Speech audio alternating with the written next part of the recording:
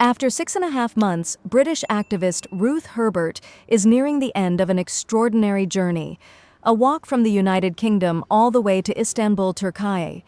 At 52 years old, Herbert set out from her hometown of Arnside on May 2nd with one goal in mind: to raise donations and awareness for Palestinians through the charity Medical Aid for Palestinians.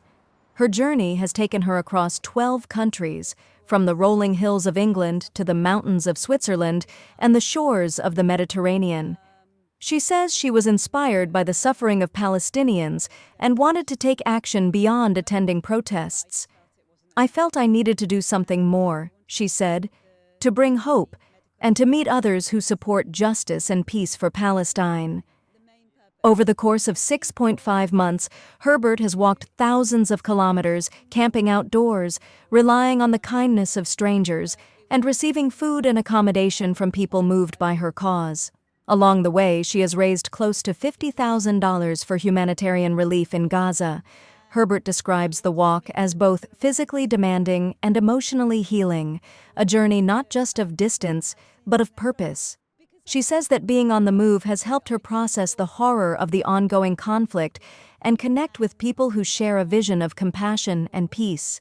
Now, as she approaches Istanbul, she reflects on what the journey represents: hope, humanity, and resilience. And collectively, she says, if we all do something, we create a wave. We have to hold on to hope and keep fighting for peace and justice for Palestine. From the heart of the UK to the crossroads of Europe and Asia, Ruth Herbert's footsteps tell a story of endurance, empathy, and unwavering belief in humanity's power to make a difference.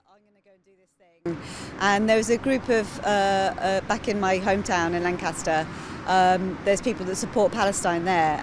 Once I set off, they just helped me all the way. So I've got a team of people at home helping me, doing route planning and all sorts of things. But yeah, I've done a lot of camping, and people have been very generous and kind, and yeah, it's quite.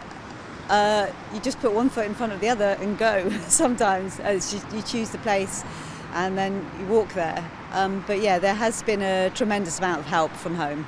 Collectively, if we all do something, we create a wave, and then there's more people, and we know that we're not alone as well, because people do feel very strongly about what's happening in Palestine, and sometimes they don't know what to do.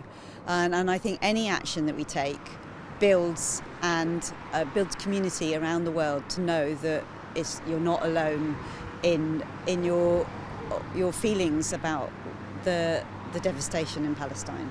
Well, that we have to hold on to hope, and we have to keep fighting, because any struggle, sort of resistance struggle or movement, takes time, and we have to be in it for the long haul, and we have to put effort in, and it doesn't happen overnight, but we have to stick with it. Well, I think that our humanity is tied to Palestine, and how we treat Palestine is how will affect the whole planet and the whole world, and how we cannot let a people be wiped out and have their home taken from them and stand by idly. We have to keep fighting for justice, and this is why I say we need peace and justice for Palestine. And yeah, that's peace and justice. We need that. Yeah, it's been very long, and there's been parts of it that have been physically very challenging, but I have felt great honour doing it. I have passed through 12 countries, and I have met all sorts of people. I have seen the most beautiful places. I have experienced great generosity all the way across my journey, where people giving me free food, free accommodation, helping me out, and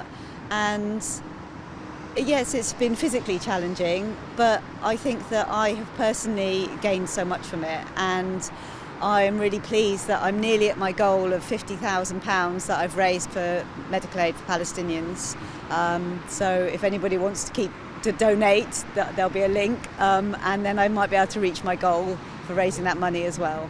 I think it's going to be quite a transition, and I'm trying to prepare myself, because I've been doing this for 6 months, and I think going home is going to be a bit of a shock.